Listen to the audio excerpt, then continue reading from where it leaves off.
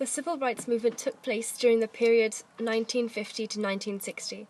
It was a struggle against racial discrimination and for people to gain equal rights in society regardless of race, color, or nationality.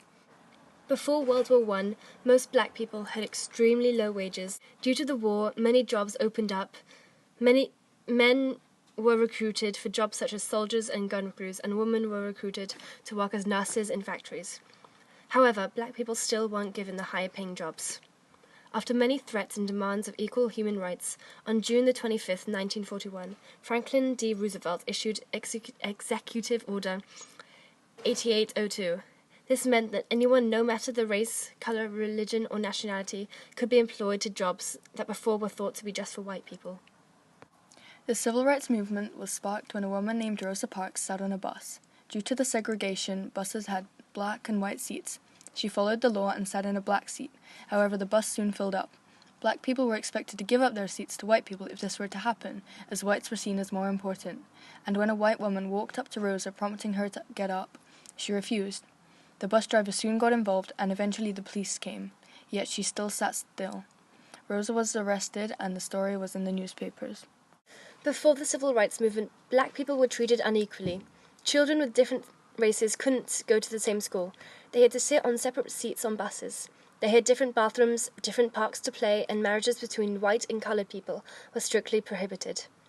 Although the movement opened doors for colored people and equalized their human rights, there are still some problems involving inequality today. Before the civil rights movement, just 1 in 4 colored people graduated from high school above the age of 25. Today, 85% graduate. The percentage of college degrees given to colored people in the U.S. has gone from 4% before the movement to 21% today. However, the percentage for white people is still unequal at 34% with college degrees. Martin Luther King, a civil rights activist at the time, found out about Rosa Parks' story and was inspired to start fighting harder for civil rights. Martin Luther King believed in equality for all people, and therefore his protests were non-violent, despite there being so much violence against black individuals at the time.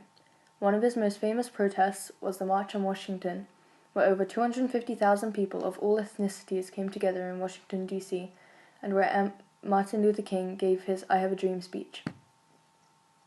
Martin Luther King's use of words was so powerful that the civil rights movement was finally approved of by the government, and he won a Nobel Peace Prize. Although now segregation is illegal in America, there is still hate and violence against black people all over the world. People are still getting shot purely for the color of their skin and the bad connotations some people have of them. This means that the fight of civil rights is still not finished, and innocent men, women, and children are still suffering racism, even though the government tells us we all have equal rights. Democracy means we all get an equal say in rights, however this doesn't always mean people are all treated the same. Yes, things are a lot better for black individuals in America, an example being Obama being elected for president. But American society has yet to become truly democratic. People are still suffering behind the scene, and the US government doesn't like to admit it.